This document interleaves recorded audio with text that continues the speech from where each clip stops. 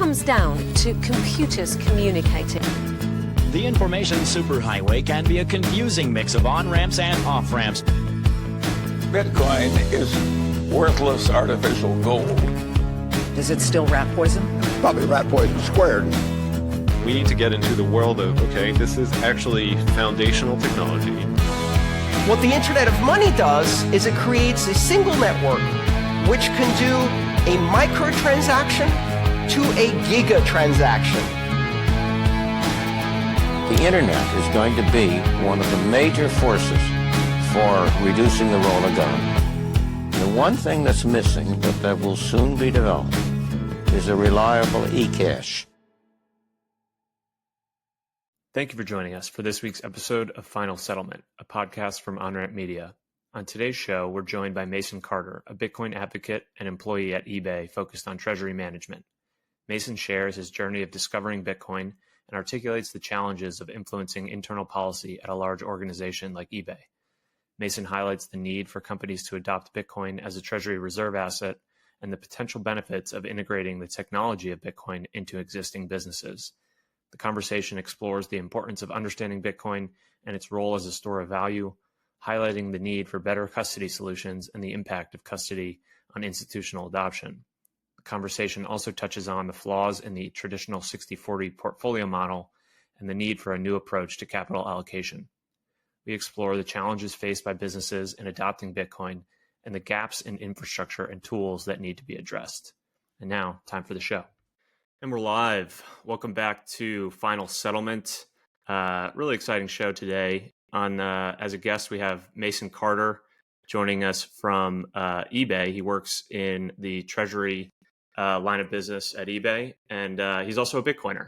He most recently, as I mentioned, has been working in the treasury space of eBay's business, and also has sort of leaned into Bitcoin education on the side as his personal passion has grown for Bitcoin. So he's got a YouTube channel and is active on Twitter, On-Chain Cowboy, if you want to find him and follow him, putting out some really good educational content around Bitcoin. But excited to have Mason on the show today because, when Michael and I were first thinking about Final Settlement, this show, and what it would represent, one of the sort of corollaries to what we wanted this show to be was, identifying individuals who may not be firmly in the Bitcoin space today, but they are at some legacy business, whether it's in tech or traditional finance, that hasn't yet fully appreciated what Bitcoin is. But on an individual level, that person, like in Mason's case, has come to understand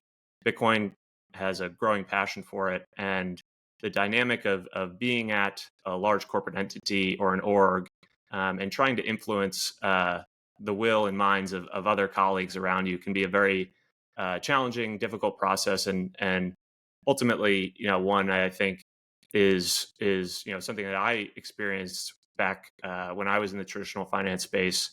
I worked at Brown Brothers for 8 years before leaving and working at Coinbase for a year before joining OnRamp. But so I experienced a very similar dynamic firsthand where, I was trying to talk about Bitcoin. This was back in 2020, 2021 with, my CIO and other colleagues. And it can be a very difficult experience being sort of alone on an island as the crazy Bitcoiner in an org that is trying to get people to think critically about, what this asset is, what the technology is, how it can be applied to a given business. And so, yeah, really excited to have you on the show, Mason. Welcome. Happy to be here. Thanks, Brian. Thanks, Michael. Yeah, welcome. Super excited to go through the progression of your background, how you found Bitcoin, the journey to Brian's point.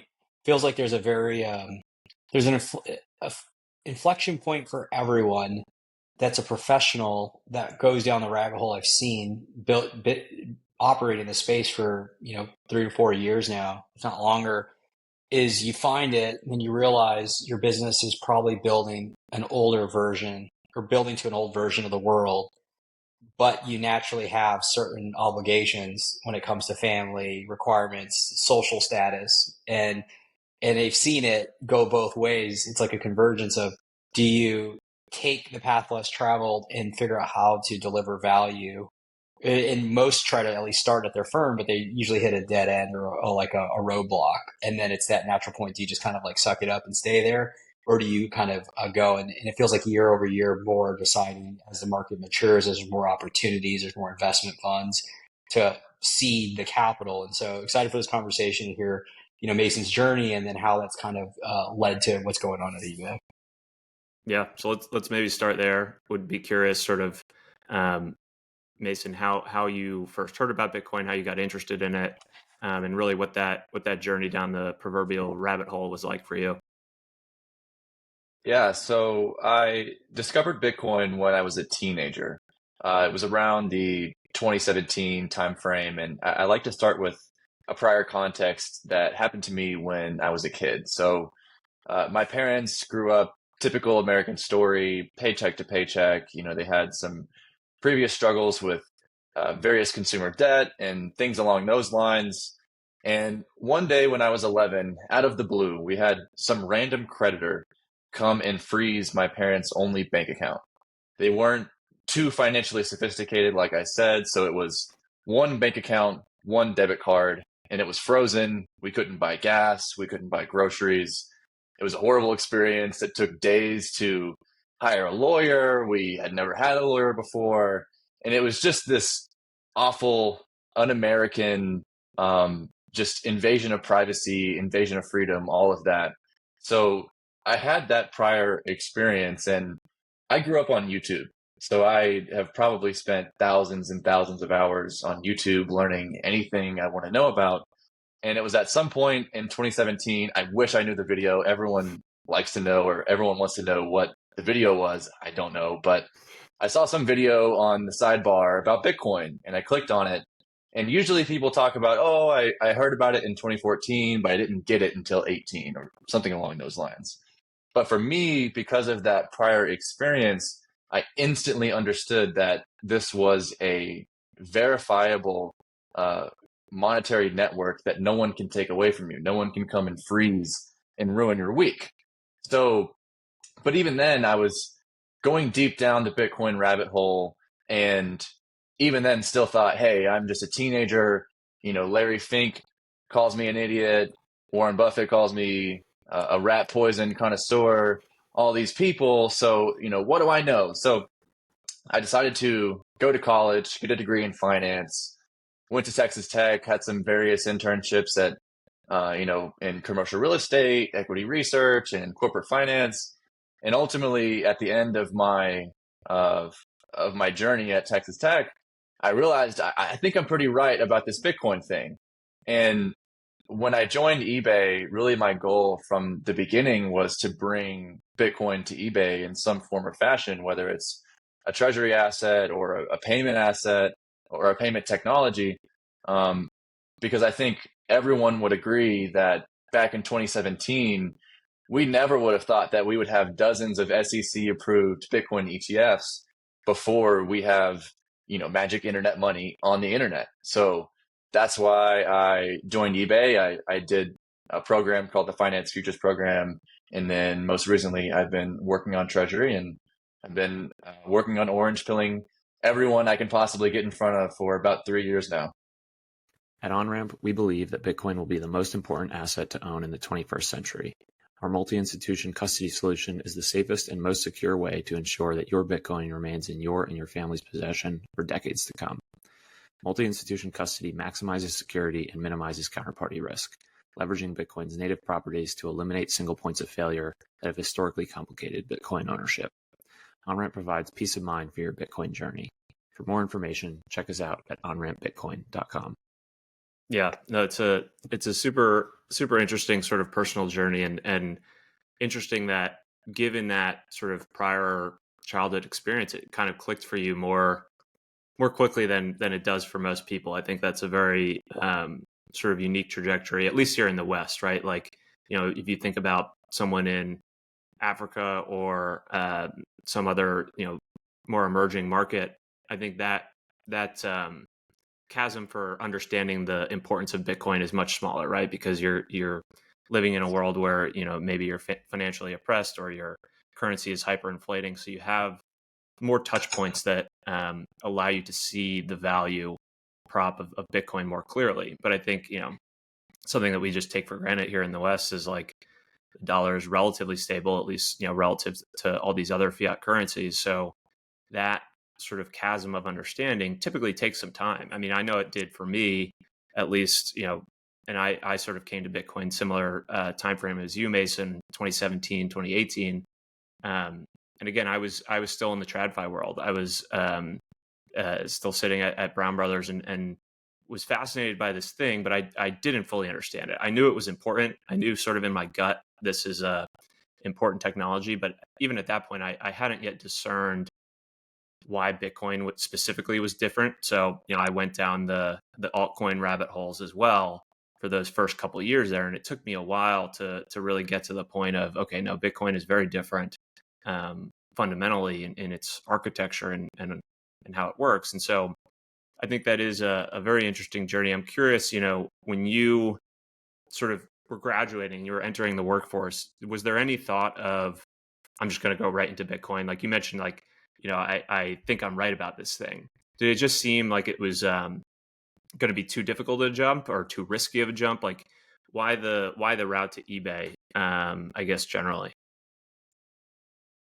So I've been very entrepreneurial since I was very young. Like I flipped my first iPhone when I was in 7th grade on eBay when, I probably shouldn't have an eBay account. I was selling all kinds of things, flipping them on Facebook Marketplace, eBay, everything. So I've always been very passionate about the platform. And like I said, I think we should have magic internet money on the internet. So I thought it was a very good opportunity to potentially make an impact being just a person graduating out of college, because the program I joined was a very intimate program. It's just 5 people that are taken every year. And we sort of got the freedom to do side projects, to do things that we were interested in. And I thought eBay was both a good size and scale. Back then there was a lot of hype in Bitcoin and crypto in general.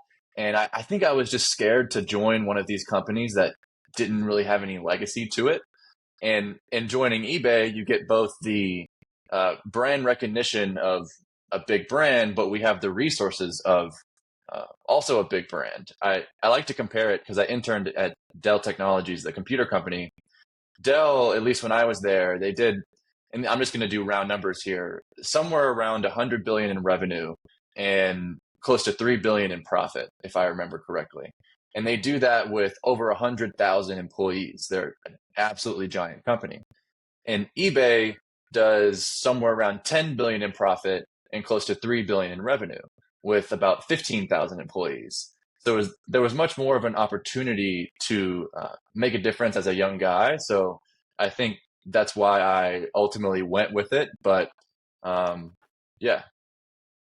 One thing, Mason, that I've found interesting and is like, if you really take a step back, like what you did, I didn't know the story about in 7th grade using eBay and already like having this affinity or, just understanding the marketplace and always being interested in it. It's like, if you think about going into Bitcoin and then naturally going through internship and then landing at eBay is one thing, but then to the extent that you've been involved at the highest level with figuring out quote unquote digital assets internally and what does it look like is a pretty wild. I don't know if you fully appreciate it, like when you explain to me the things you're working on there, from being at larger companies, this is generally like something that somebody has been around a few decades, has seen the inner workings of, operationalizing and integrating new tech.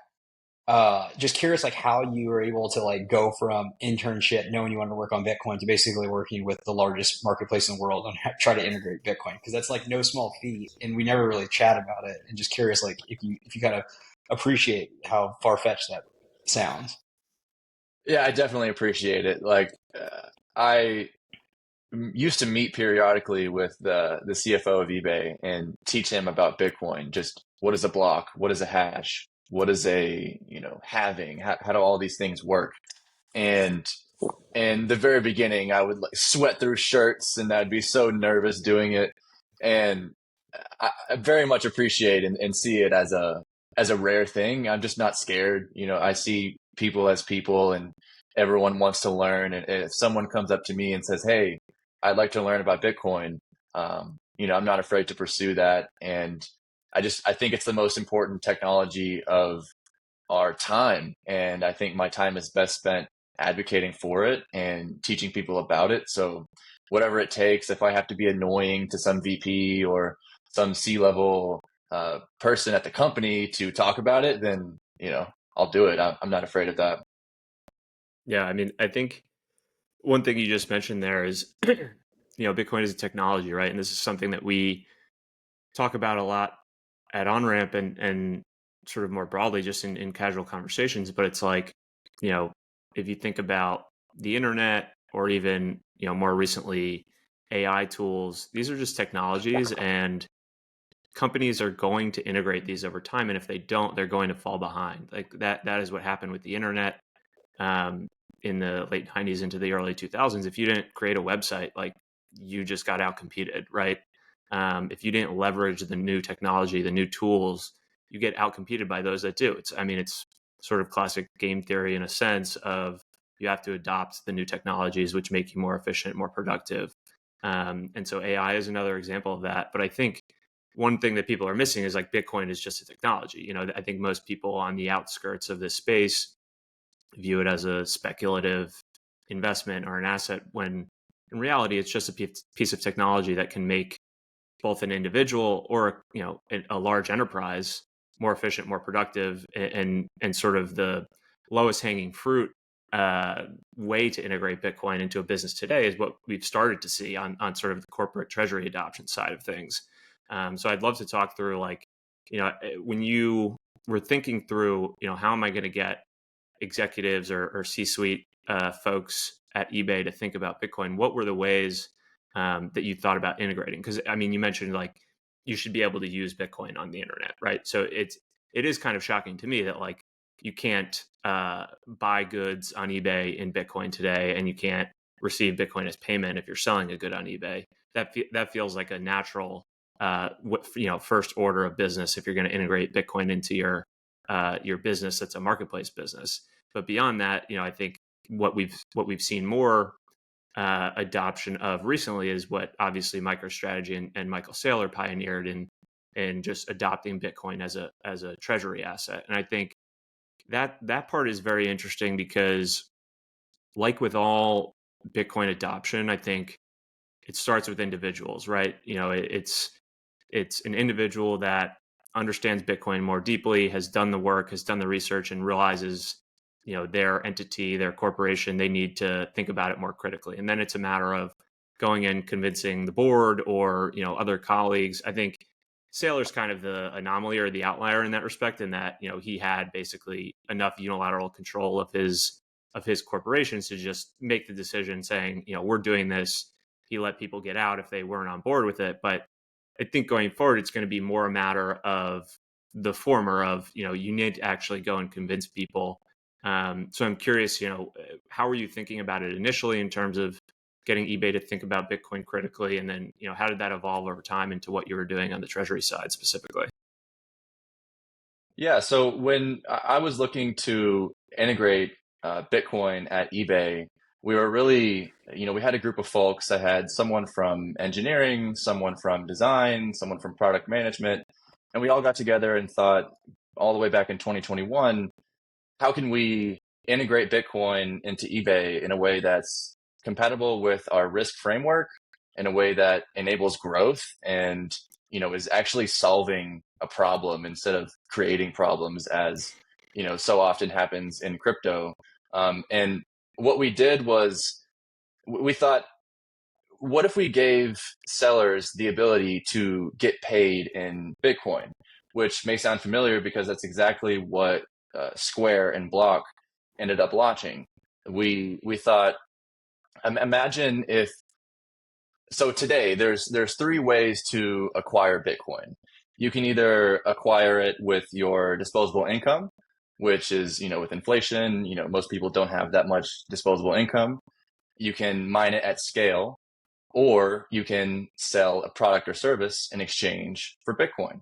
And theoretically, you can do the third one today. You can sell an item on eBay, take an old pair of sneakers, you sell it, you receive your proceeds in cash, you transfer it to your favorite Bitcoin exchange, then you receive the Bitcoin. And eventually, if you'd like to spend that, if it's gone up in value enough, you'd like to purchase something, you'd have to cash it out, take the tax implications of that, send it back to your bank, and then ultimately spend it on eBay.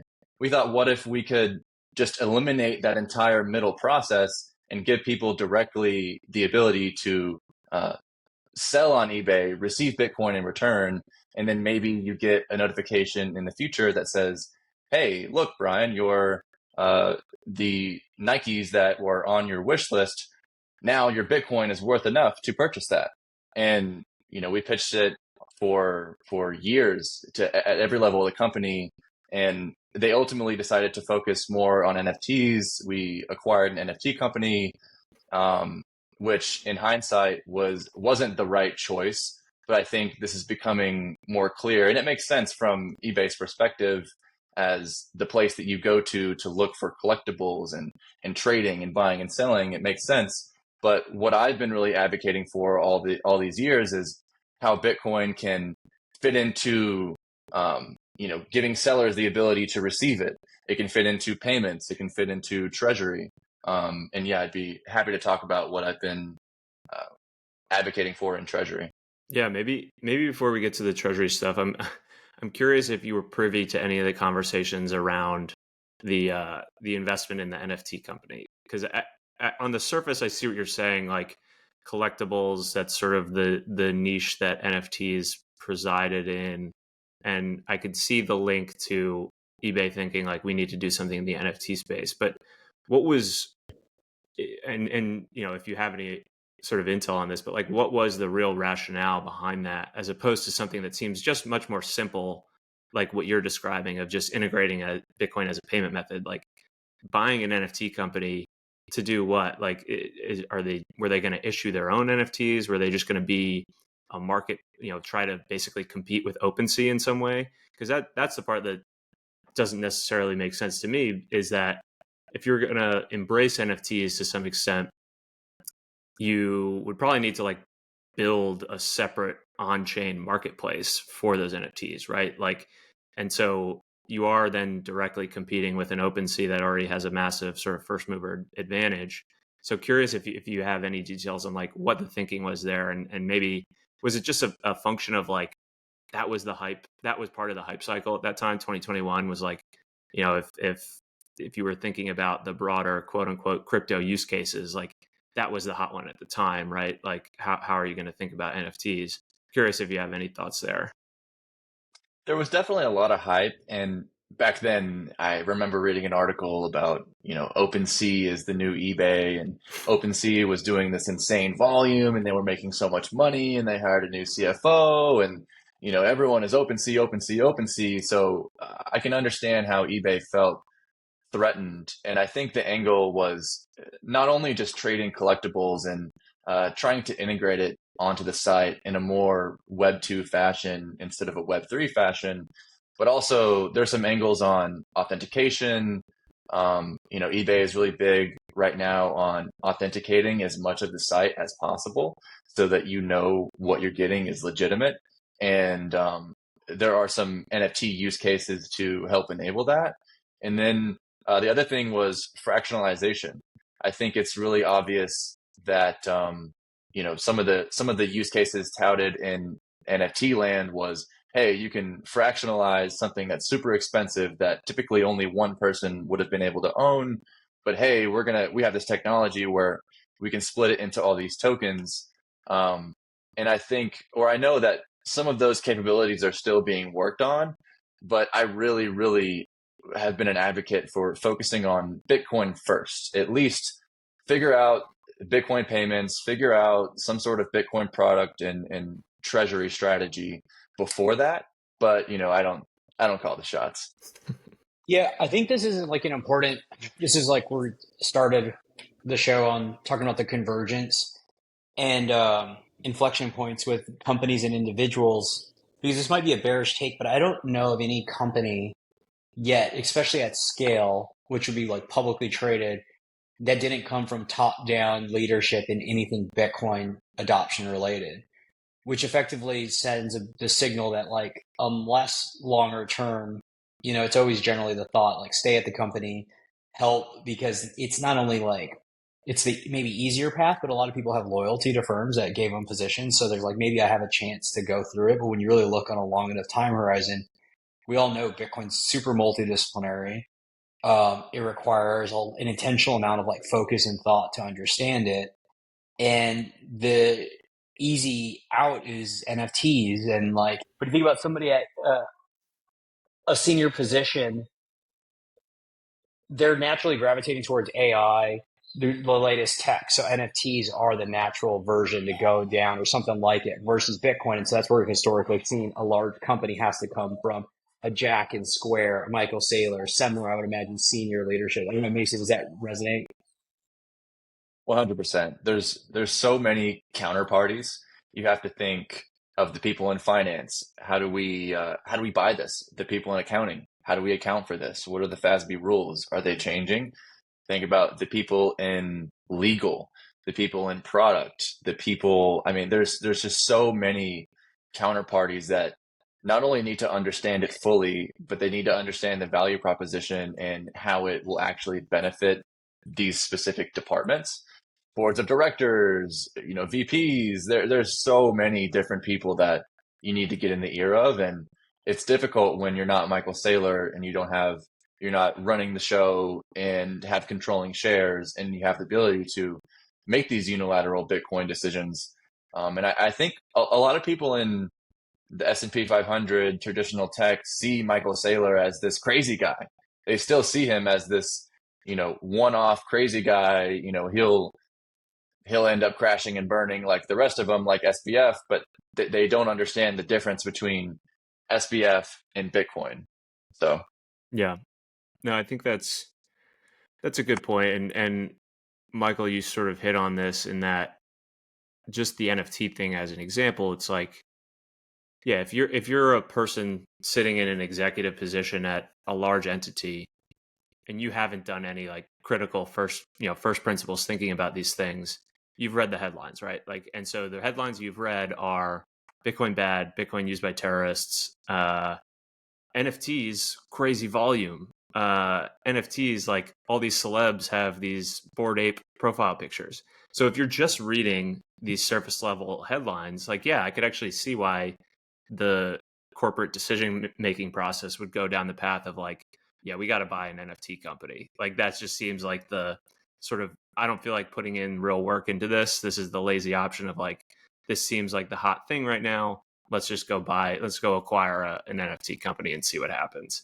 But I think the sort of moral of the story 3 years later is that like eBay doesn't have any like integrated NFT options to my knowledge, at least. And so it's like, what really came of that? Like you just kind of made a reactive decision without doing a lot of diligence on where the actual asymmetric value lied in this new technology. And, if you had put in the work, maybe you would have just come to the conclusion that, hey, we should probably integrate this Bitcoin thing as a payment method because it's the most ubiquitous cryptocurrency out there. So the most likely to be used for commerce or payments. And so I think that's probably the trap that a lot of entities fall in today, in that the average person is not willing to put in those, hundreds of hours of work to deeply understand this stuff. And so also, Michael, to your point, like, yeah, I would agree. I think the corporate adoption we've seen to date has been what you would expect. So like the Jack Dorsey Squares of the world, the people with enough unilateral control like Saylor, I think, Semler Scientific, which was, a month ago, made their Bitcoin treasury announcement. I think that's a similar situation where the CEO is effectively orange pilled and he had enough control and unilateral power to make that move. So yeah, I think it's an interesting dynamic, but yeah, go ahead. Yeah. And like, I think this is an important thing to recognize of, so there's a lot of value destroyed and capital destroyed in the sense of like chasing every cycle. There's the NFT, the ICOs, there's all these different things. And I think what happens now is everybody with the ETFs is looking again back at digital assets, but they're trying to ultimately figure out like, what is it Bitcoin as a digital asset? What's their strategy? And we're going to see another, I think it's securitization, right? Tokenization is probably the next run. And, I think what happens is it's very similar to like personal Bitcoin adoption. It's very like intimate kind of, it's a very like nuanced thing for an individual to really get it. We all know the people that get it and we tend to like gravitate towards them. And there's a lot of people that don't. And most people don't say this out loud, but they're not actually really worried about the people that don't because they usually aren't really aligned with them. It's like it's a kind of we talk about it, it's like not an IQ test, it's a common sense test. And I think something similar happens at the corporate level. And it's kind of sad to say, but I think most won't see it and it'll be too late because there's two things happening that are like cyclical or like they're two sides of the same coin. They don't seem like it at the same time, but it's like Mason was working on payments or we're talking about payments and accepting it, store of value, maybe opening up the total addressable market. So there's a value prop for a business to do that. But then there's the other side with margins, compression, inflation, and all the things happening. And then there's the treasury reserve and being able to hedge against that if you want to, actually be alive as a business. And what we've seen historically from the group at Onramp, the investment company we founded Early Riders, is that there's a bridge when you had built infrastructure for so long, being at large companies and banks, to recognize that the incumbents really probably aren't going to adopt a lot of this. Some will, and like a Square with you have the leadership, but others won't. And so it's going to be individual builders or entrepreneurs sitting at these companies that understand what we're talking about here. Just part of what we did at this pod is to work through these ideas to share with individuals and also businesses if they are trapped in that loop and they want to like break out of it, because it's entities that understand this that start building for the new world and adopting this stuff that will eventually be able to lap the old incumbents because it's just the game's changed. And it really like wouldn't feel confident in saying that until post COVID with the amount of money that's been injected in the system. And we see this with restaurants closing, businesses, like all the unit economics, everything happening is just like going in one direction. And I'm always convinced that if people do not adopt Bitcoin from a treasury perspective, their businesses ultimately, there's only one way it goes because the numbers don't shake out. Because as you increase prices, you lose margin, but also market share because people naturally can't afford it. And then you naturally have to do layoffs, and it's a doom loop that most people haven't really picked up on yet. Yeah. With that, Mason, I'd be curious to dive a little bit more into the treasury component of what you've been working on and sort of any thoughts there. Just, given what Michael just alluded to, it's like, and this goes back to what I was saying before around adopting new technologies, right? Like even if it's just as a treasury reserve asset, it behooves any business to adopt a better form of money to better store their value and energy that they're creating, whether that's creating a strategic treasury off the bat or, cycling some amount of new cash flows every quarter into Bitcoin. It's to Michael's point, like if you're not doing that, then you are getting debased by the currency that you're attempting to save in. And yeah, you might be able to like keep up on that hamster wheel of inflation if you're doing, a fantastic job of remaining competitive and still, generating revenues to the point where you can at least keep up with the rate of inflation. But if you actually want to outpace that or compete with the people who are adopting the better form of money is like the critical part as this accelerates. It's like, well, then you really get lapped by anyone who's actually taking advantage of this new technology, this better store of value. So yeah, how are you thinking about the treasury component from an eBay perspective? For at least, I've been officially on the treasury team for roughly a year. And even before that, I've been meeting with various folks on the team. And I've been advocating for just a small percentage. I don't think I can say what exactly the eBay treasury holds, but I like to say it's 100 different ways to earn 5%. There's so many interesting vehicles to do that. And I think people just fundamentally don't understand the problem at hand yet. They see Bitcoin, but they don't really see how Bitcoin would fit on the balance sheet and how even to get it there. Obviously, the ETFs are helping. But I know, Michael, you talk about this a lot. And with Onramp, like eBay is not going to have just a ledger or a cold card to get Bitcoin on their balance sheet. And I think so having clear solutions in the market for that, I've been advocating for a small percent and just starting there. Yeah, I mean, I think that's similar to what we see, even on more of the institutional allocator side, right? Is starting with a smaller percentage, sort of dipping the toe in, if you will. I think, it's, if you just look at the Wisconsin State Pension Fund that allocated a couple of weeks ago, I think they did 0.1% of their over $180 billion endowment. But that's still meaningful, right? Because you're getting off of zero. You're taking the plunge into an allocation that, given what we all know about this asset, they're going to look back in 2, 4, 6 years, and that 0.1% is likely to be a larger percent, right? And so if you just play that out, I think it naturally gets you to go deeper down the rabbit hole. And this is something that is mirrored in the individual journey too, right? Like, you buy a little bit of Bitcoin, maybe it goes up over a couple years, over maybe a full cycle, and then you kind of re-examine it. At least this was my sort of part of my journey, was like, okay, this is like arguably the best investment I've ever made from just a sheer return perspective. Like, maybe I don't fully understand this thing, because I couldn't, at the time, 5, 6 years ago, I couldn't necessarily explain why that happened. And so the performance is actually a trigger to say, maybe I need to understand this a little bit more deeply. Maybe I need to understand the fundamentals at play here. And then, I think what that also leads you down the road to is something we talk about at Onramp, is like that ultimately leads you to a better form of custody, right? If you learn more about this asset, you understand the issues with, getting exposure through an ETF and having a single point of failure or a single third-party custodian. So I think, sort of secondarily to all of this is the custody component, in that, our view is that something like what Onramp does in terms of multi-institution custody really opens the aperture for corporate entities or just institutional allocators to get comfortable with meaningful exposure, right? Because you can actually have a little bit better assurances that the Bitcoin is going to be there in 10, 20 years when you need it as a reserve asset or whatever it may be.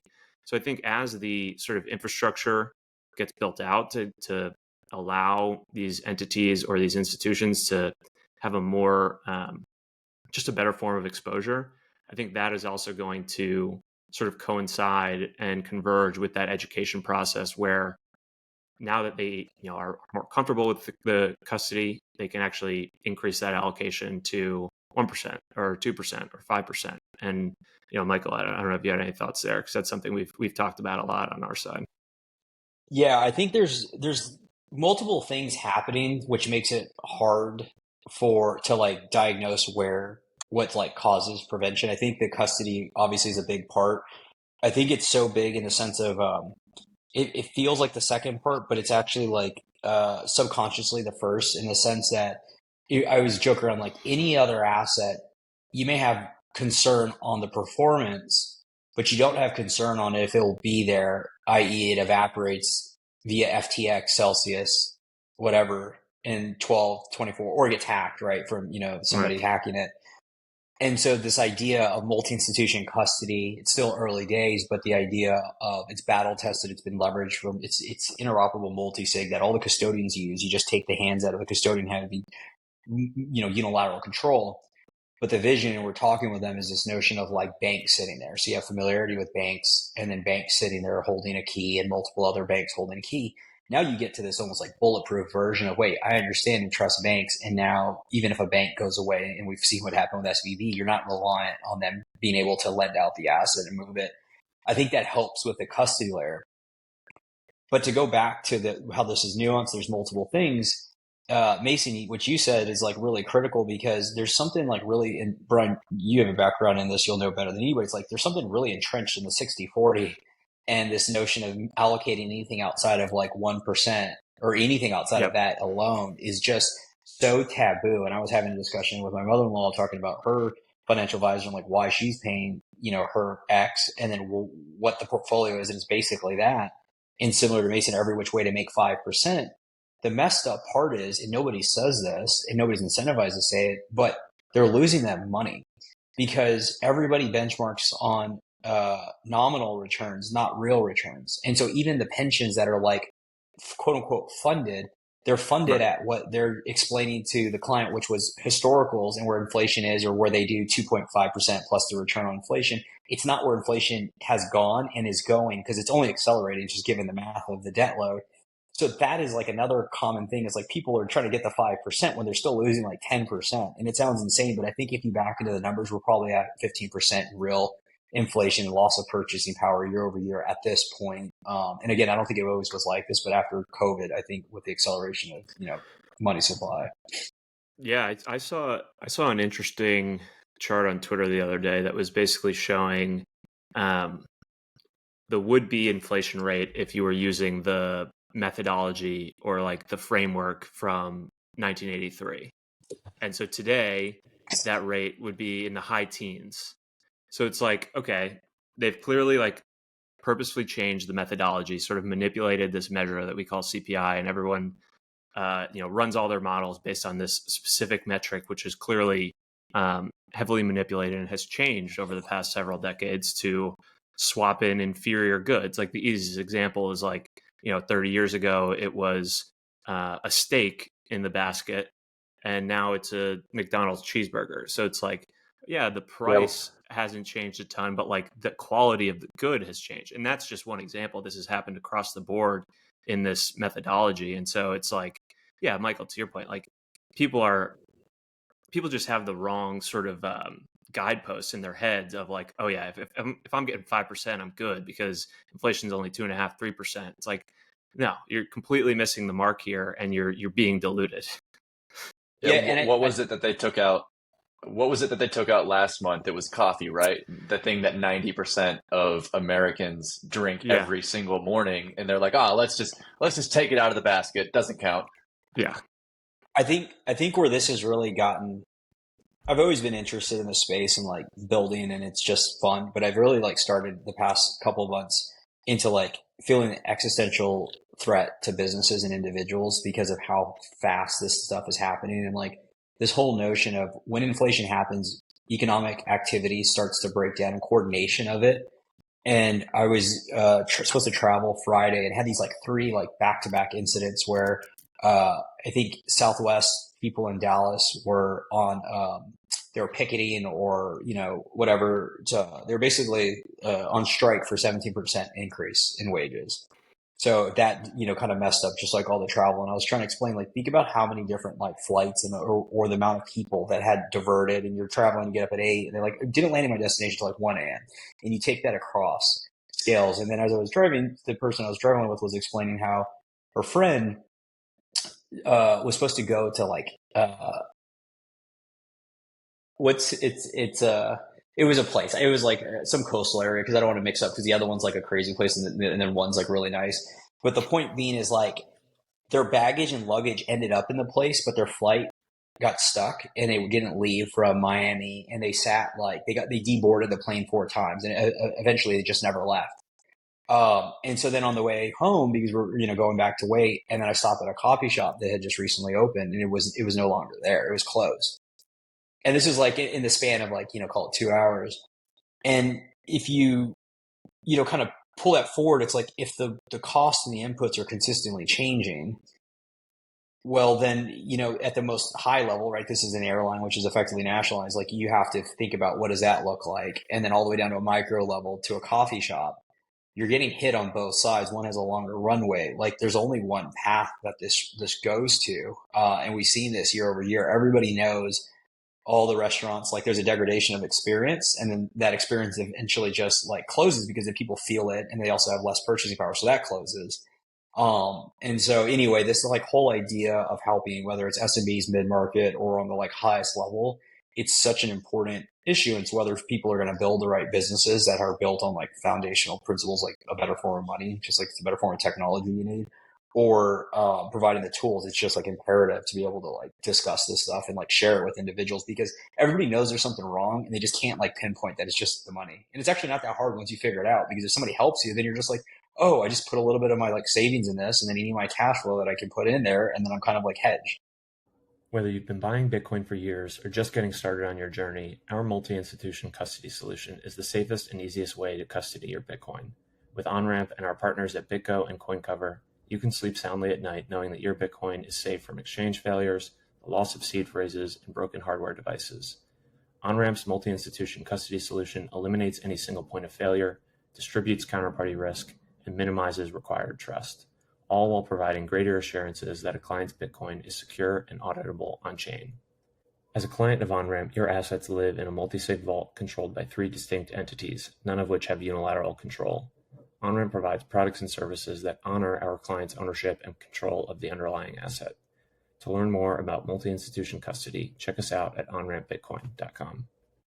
Yeah, I think all really good points. I think a good place to start to get someone sort of out of the proverbial matrix in terms of thinking about purchasing power and money is WTF happened in 1971.com. I always like to just shout that one out as a really great resource to get a handle on what has been happening over the past 50, 60 years in terms of money, inflation, purchasing power, and even wages, because you'll see the charts in there that wages have pretty much been stagnant while the price of everything has gone up over the past 50 years.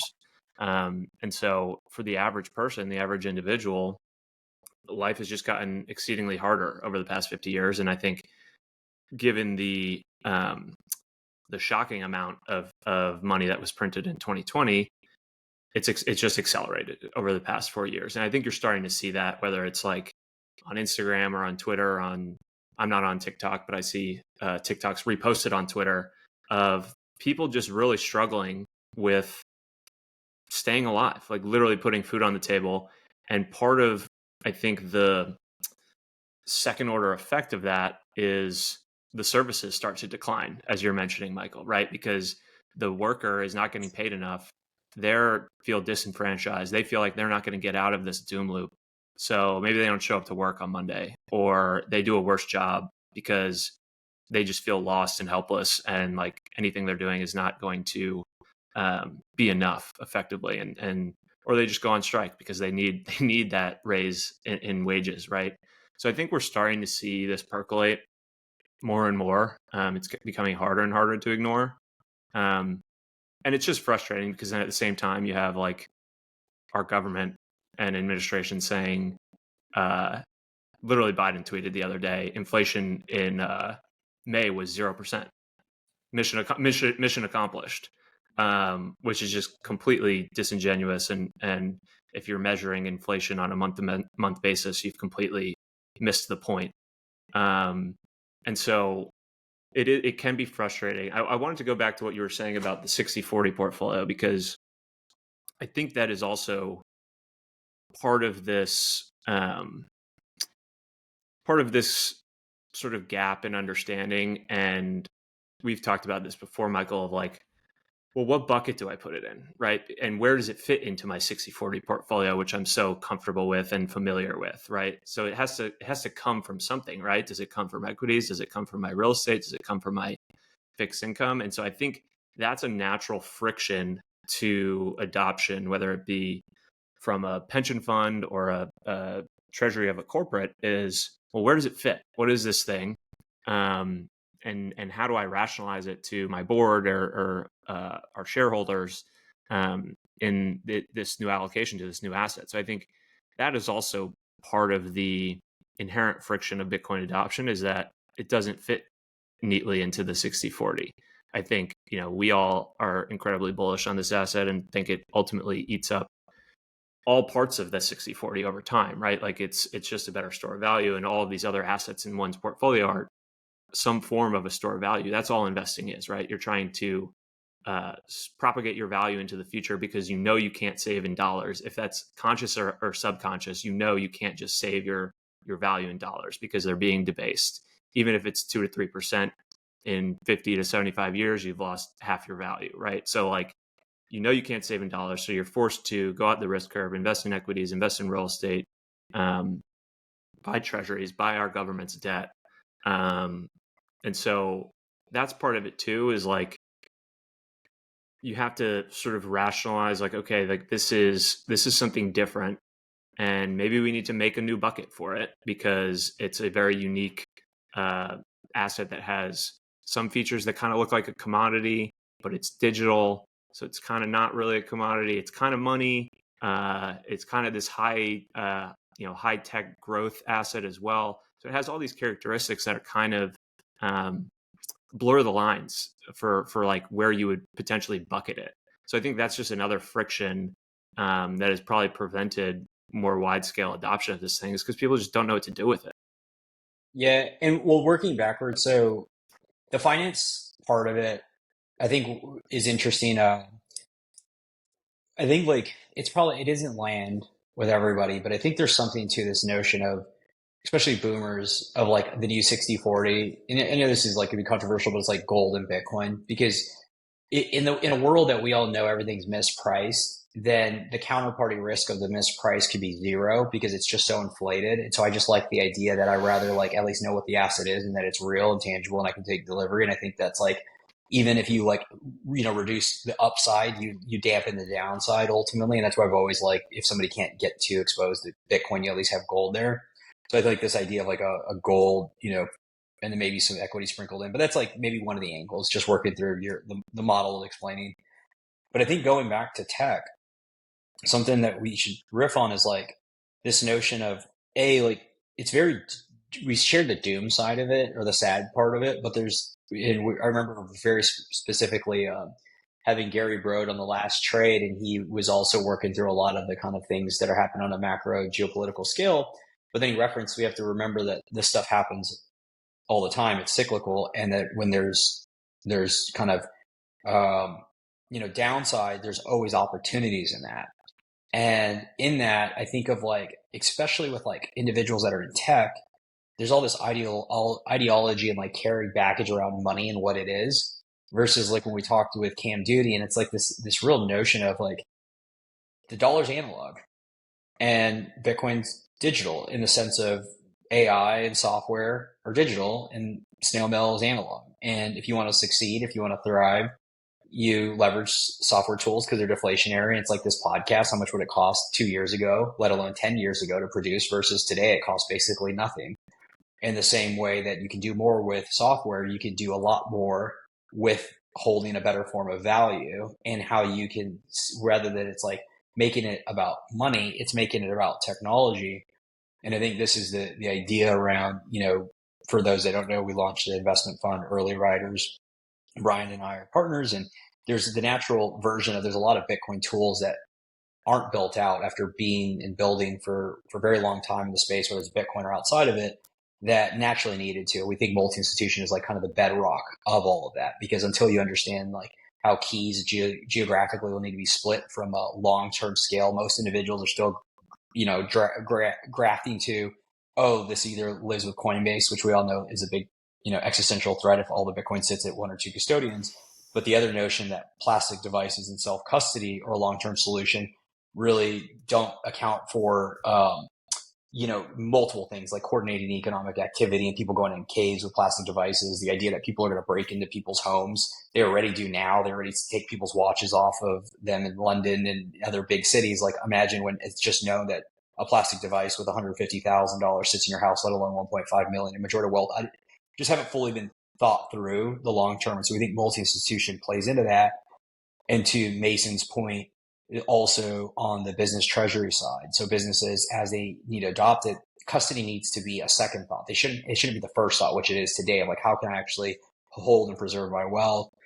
And so the positive side, I think, about this is, once a lot of that infrastructure is in place that we're investing in building out, it's the notion of all these companies that have basically built their businesses with a bunch of fat built in, because that's what the existing system provided. When you think about, Twitter laying off X amount of people, like how many companies have all these people entrenched, from number of employees, all the tools that they're not leveraging, and the individuals that are kind of tired of sitting around trying to explain to their firm, this is how you build this is what you should do. And they're like, why don't I just do this myself? And why don't I leverage all the tools from AI to software to Bitcoin, and I can just rebuild this at 1/10 the cost, at 10x the speed, and reduce the margins because you're doing it at 1/10 the cost. And so I think this is a very exciting part. Like we're aligned that this is almost the only way to build if you think about it from a resilient perspective. And so this is a big thing that I think will be positive as it comes out of this, as individuals picking this up will realize they don't actually have to go build the old way and have to go do all this crazy stuff with diluting themselves and raising all this capital. They can think about Bitcoin from a first principle perspective, build foundationally, and then maybe just have to raise capital once and build, very long-standing infrastructure. 100%. I think the other key component of our thesis on that side is by using a better store of value, a better unit of account, it actually makes you a better capital allocator. It makes you a better decision maker because you're comparing anything you could go spend that money on to the opportunity cost of just holding the unit, the currency unit, in this case, Bitcoin. And so if you just think about, a conservative case of what Bitcoin's performance looks like over the next 10 years or so, I don't know, anywhere from 25 to 75% CAGR, I think is a reasonable conservative estimate. So anything that you're going to go deploy capital towards needs to outpace that. Otherwise, you're not making a sound, economic, rational, logical decision. And so it's more about that framing of, by integrating Bitcoin into your treasury, or just, using it as effectively the opportunity cost of any capital allocation decision you would make, it naturally makes you make better decisions. Like all else equal, you will waste less money. And the reason you see capital get destroyed, as you're alluding to, is because the money is free. The money is printed infinitely, right? And so you are incentivized to grow at all costs, burn cash, overhire, really just lean into any and all excesses to drive your top line revenue, which on a medium to long term scale, actually doesn't make a ton of economic sense. And you end up with what we see today, which is a ton of zombie corporations, which have basically been guided by that free money, grow at all costs mantra, but now they've stagnated. They've probably overhired, and now they're just, they can't react quickly. They're very bureaucratic, and it's very hard to shake a large organization out of that and actually affect change. I think what's interesting about the Bitcoin treasury component is it's actually a relatively simple fix to catalyze a business out of that, being stuck in that zone, right? Because like I said, it flips your methodology behind allocating capital. So it actually can really shake up the pre-existing, how you got to that zombie state of just burning cash. Is now okay, we have this better money, this better store of value, this technology that we're going to leverage into the future. Anything we do going forward is going to be compared against just accumulating more of that better store of value. And so it flips it on its head. It flips, the process of capital allocation on its head from what we've seen for the past 3 decades. And I think that phenomenon of burning cash and all these, huge VC rounds, that's only the past, 40 years or so. Michael, you worked for WeWork. You saw this firsthand. Is that, what did the world look like prior to that? Was it a little bit more disciplined? Was it where did we lose our way in terms of the VC landscape? Well, I think the notion of venture was always supposed to be a small, cottage industry. It's always meant, if you go back and look at is it not microsystems, but there's a semiconductor back in 50s, 60s in the East Coast, West Coast, and the Sequoia ultimately coming out. It was builders allocating capital, and they infused and provided real guidance and real nuanced understanding of it was allocation from a first principles basis of like how they would want to allocate or build their own business and provide that feedback. So it was a lot of value add. And then as it grew, and it's actually started in the 70s, and then as like, money supply grew, you naturally see more people going out on the risk curve. And it's the whole notion that everybody kind of knows. It's a little weird that 9 out of 10 bets in venture go to zero. It's like, that seems very like wasteful in itself. And I think about, so as more money comes in, naturally you just see more misallocation. The angle that you reference, there's two big things that really don't get talked about. It's like the idea of aligning on a unit of account just makes fundamental sense, because there's LPs, there's allocators, and then there's the business owner that's ultimately allocating the capital. So if the LP has dollars they need to get rid of, then they naturally are deploying, and they're not being as discerning as they should be into where they're going to give to the manager. If the manager has dollars and their whole purpose is to allocate, so everything, they have a hammer and everything needs to look like a nail because they got to go get into different opportunities. And this goes across the landscape. This isn't even like, this is Bitcoin venture. This is any venture space. Yep. So you have dollars, you have to go invest.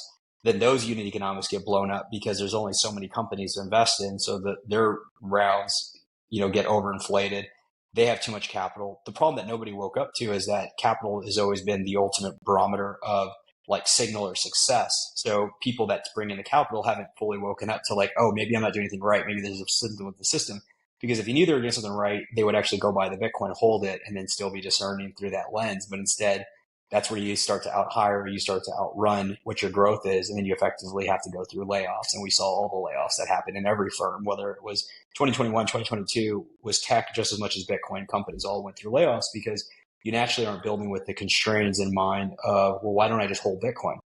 I like to joke that like a lot of Bitcoin companies are maybe like fiat companies with a Bitcoin theme, because they naturally like raise dollars on the idea that like you're raising a pre-seed, seed, series A, series B. When the reality is like, if you really map to what you want, it's like you ultimately want to hold as much equity, generate Bitcoin, and then that allows you to defer Bitcoin back to your investors, your own self, and then you can use that to like further growth rather than have to dilute yourself. And like from just an efficient perspective, it's pretty wild that you'd have to consistently raise money every 12 to 18 months versus just like focus on your business. The point on WeWork is very interesting because I joke around, and it's so true. And like, until you go through it, it doesn't make much sense. It's like, if we all on this call had a business idea and somebody gave us $1 million or $100 million, we would 100% build a better business on probably shorter, middle, and long-term time frame, meaning like how we think about scale, hiring, and all the things. We saw this at Onramp and some of the things we do. And I go back and think about WeWork.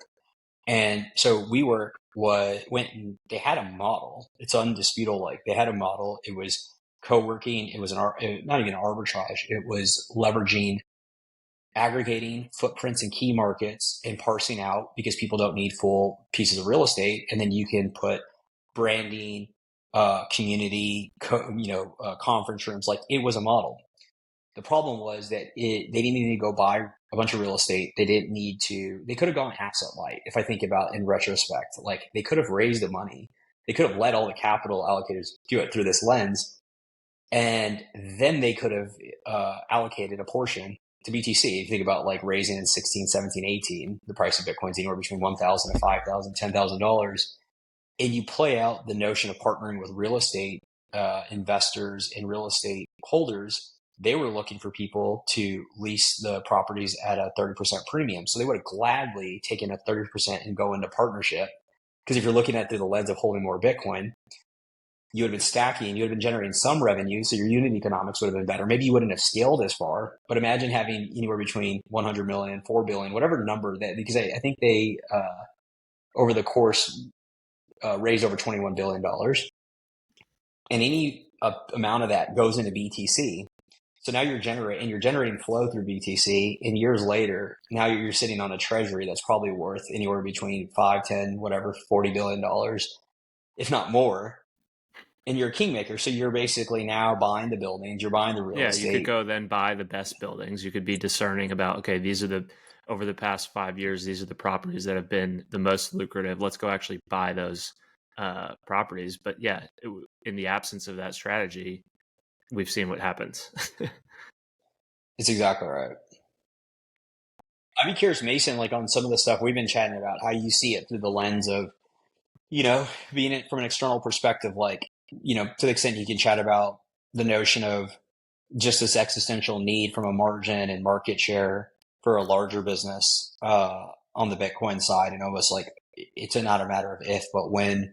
And then what we just discussed, kind of riffing from a more macro example, from a publicly traded company down to a micro, person starting or trying to run a business in this old way of like raising multiple rounds and all the different things that just don't make sense anymore. How you see the world in that view, if you align with it, or if you see any gaps on what we're talking about.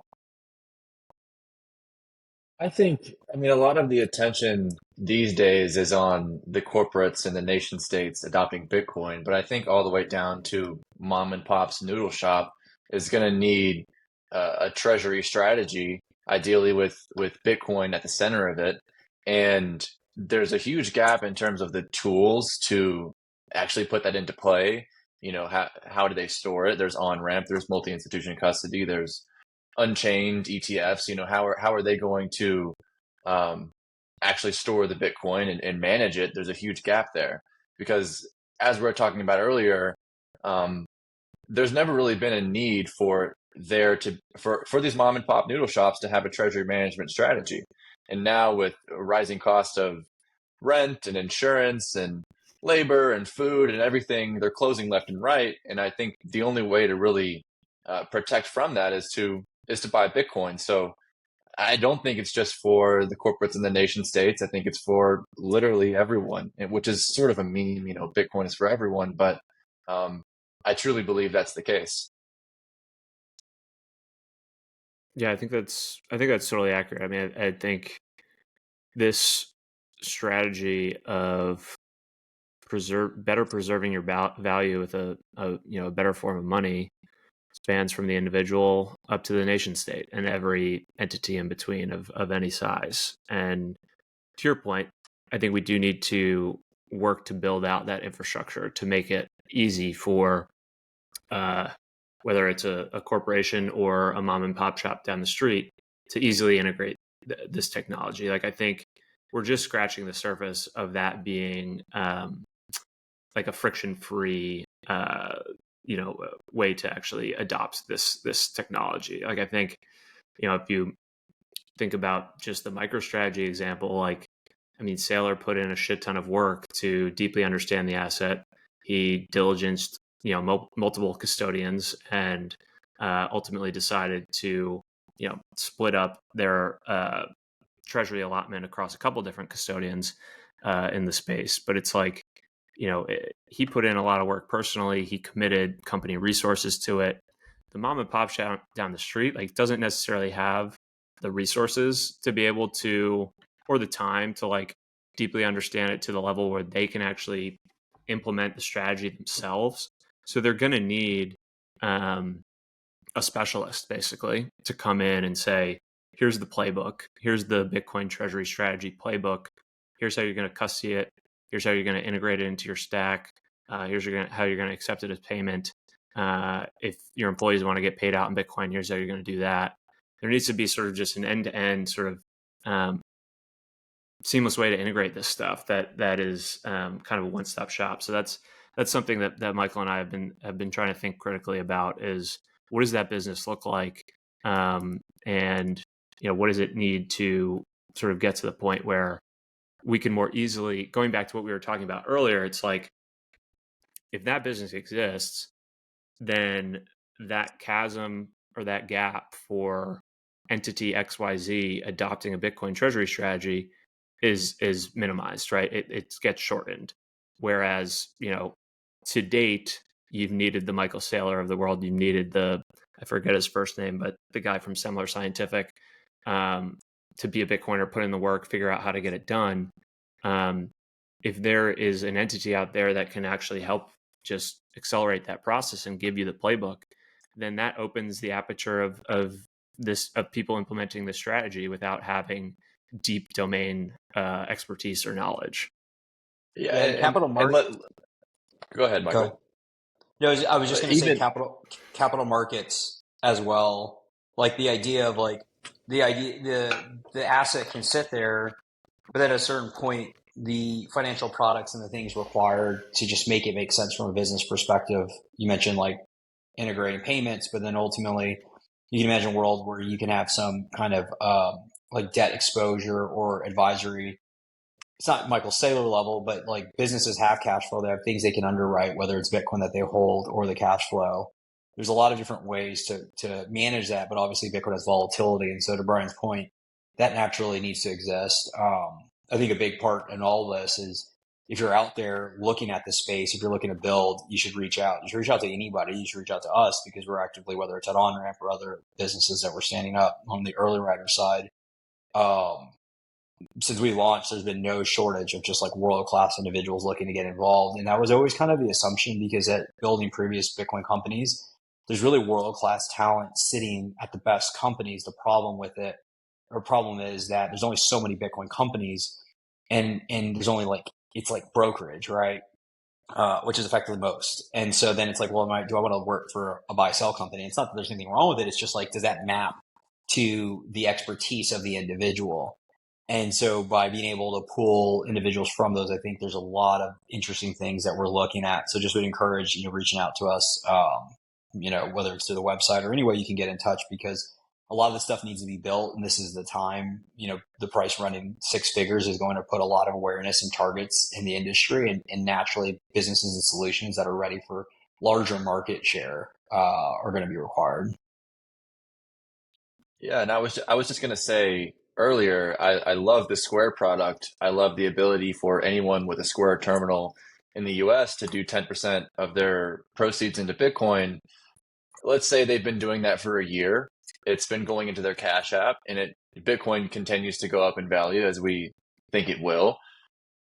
And it's worth hundreds of thousands, millions of dollars. What are they just going to leave it on Cash App? I mean, I love Cash App. I'm not saying they're FTX, but what do they do? How do they manage it? We talked about the volatility, what percentage? There's so many questions to answer, and there's so many tools that just aren't there, because I don't think anybody would recommend that anyone keeps $1 million of Bitcoin on Cash App.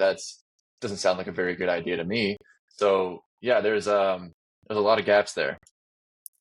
A lot of gaps, a lot of tools to be built, a lot of infrastructure to be built. And I will reiterate what Michael just mentioned. If you are, have a similar story to Mason, where you have understood Bitcoin yourself and you're sitting at an entity, an org in the legacy world, cranking away at your desk job, reach out to us. We want to talk to you.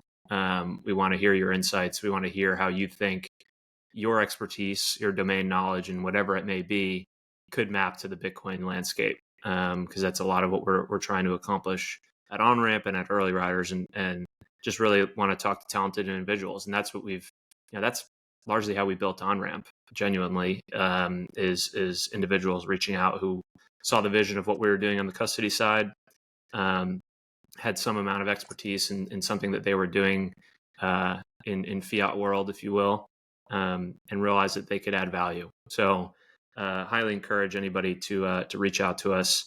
You can go through our website or just send me an email at brian@onrampbitcoin.com. And yeah, where can people find you, Mason? I'm on X, Twitter @OnChainCowboy, tweeting occasionally, make some YouTube videos here and there. Like you, I'm not on TikTok. I've still from the very beginning refused. So yeah, you can find me there. Awesome. Any final words, Michael? Oh, this is a great conversation. Mason, thanks for joining us, and look forward to the next episode. Yep. Thanks for having me. All right. Later, guys. Take care. Thanks for listening to this week's episode of the show. If you found the information valuable, please share the episode with a friend or leave a rating on your favorite podcast app.